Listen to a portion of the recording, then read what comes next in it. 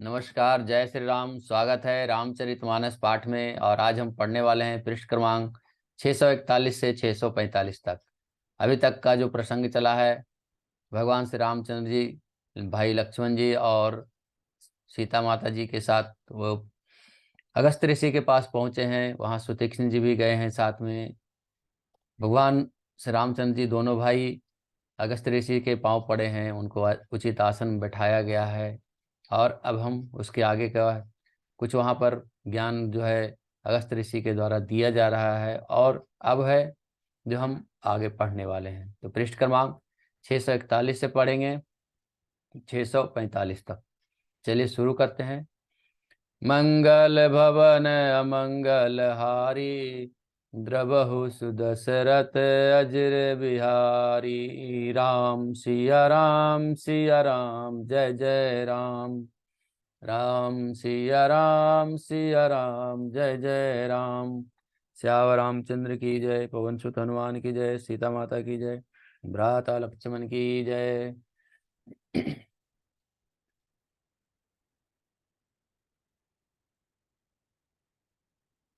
पृष्ठ क्रमांक 641 से अब हम पढ़ने वाले हैं।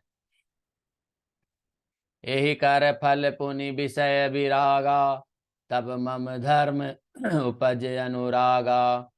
श्रवणादिक नव भक्ति दृढ़ाही, मम लीलारति अति मन माही। इसका फल और विषय से और वैराग्य होगा। तब वैराग्य होने पर मेरे धर्म भागवत धर्म में मेरे प्रेम उत्पन्न होगा। तब श्रवण आदि 9 प्रकार की भक्तियां दृढ़ होगी और मन में मेरी लीलाओं के प्रति अत्यंत प्रेम होगा। संत चरण पंकज अति प्रेमा, मन क्रम वचन भजन दृढ़ नेमा। गुरु पितु मातु बंधु पति देवा, सब मोही कह जाने दृढ़ सेवा।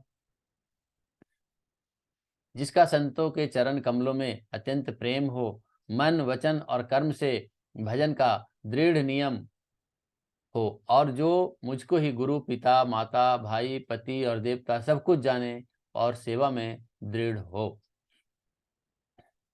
मम गुण गावत पुलक शरीरा, गदगद गिरा नयन बह नीरा। काम आदि मद दंभ न जाके, तात निरंतर बस मैं ताके।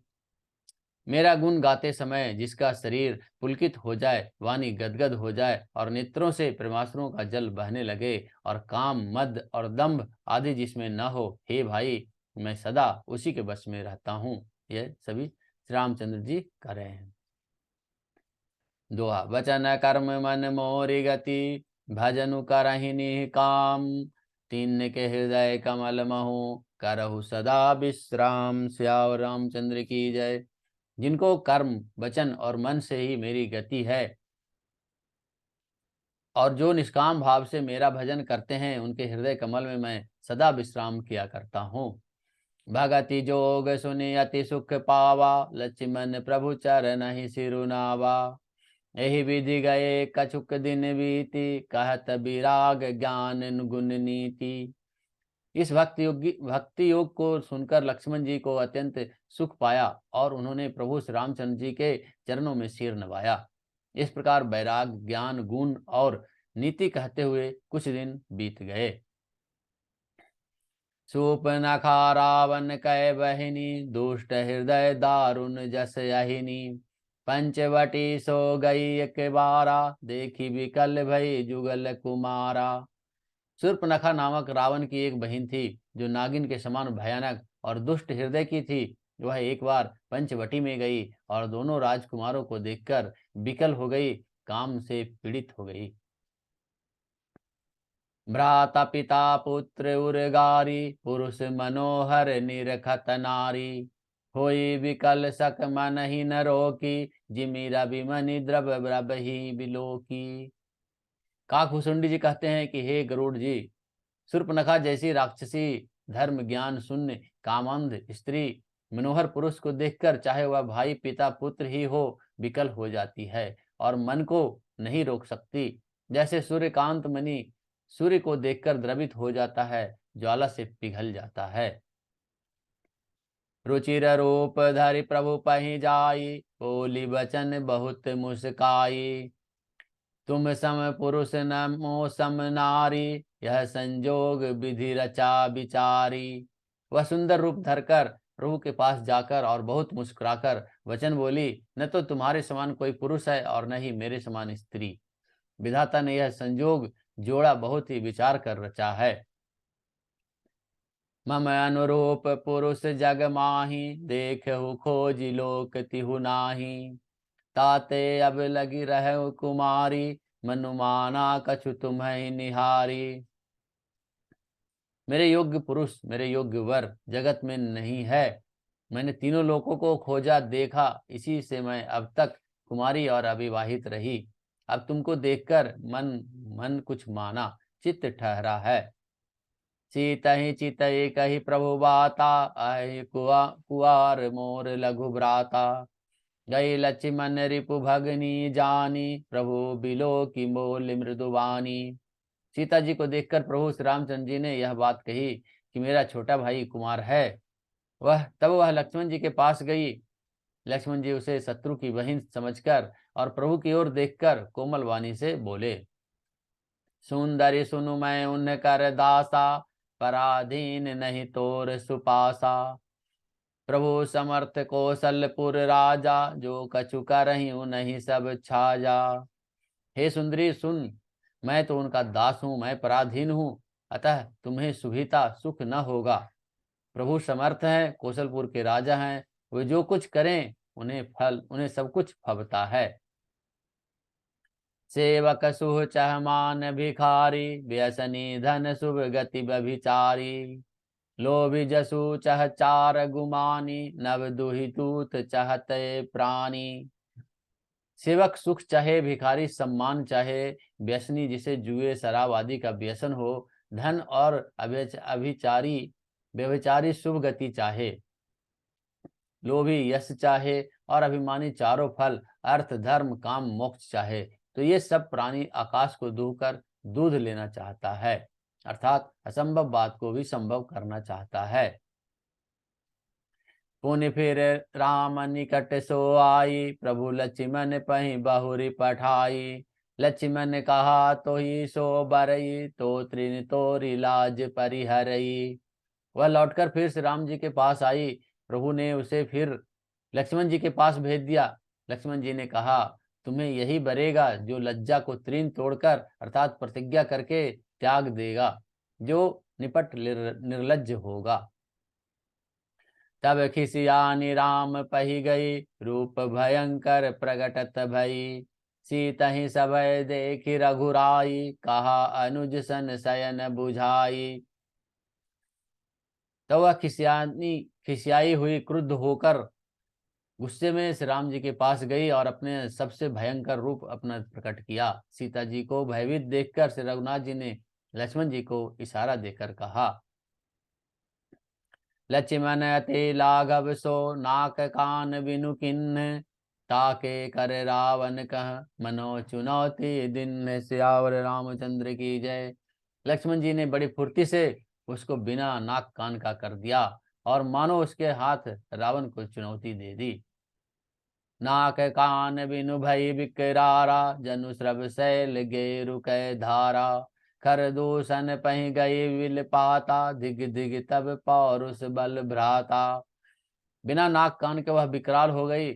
उसके शरीर से रक्त इस प्रकार बहने लगा मानो काले पर्वत से गेरू की धारा बह रही हो। वह विलाप करती हुई खरदूषण के पास गई और बोली, हे भाई, तुम्हारे पौरुष तुम्हारी वीरता को धिक्कार है, तुम्हारे बल को धिक्कार है। तेहि पूछा सब कहे सि बुझाई, जातु धान सुनि सेन बनाई।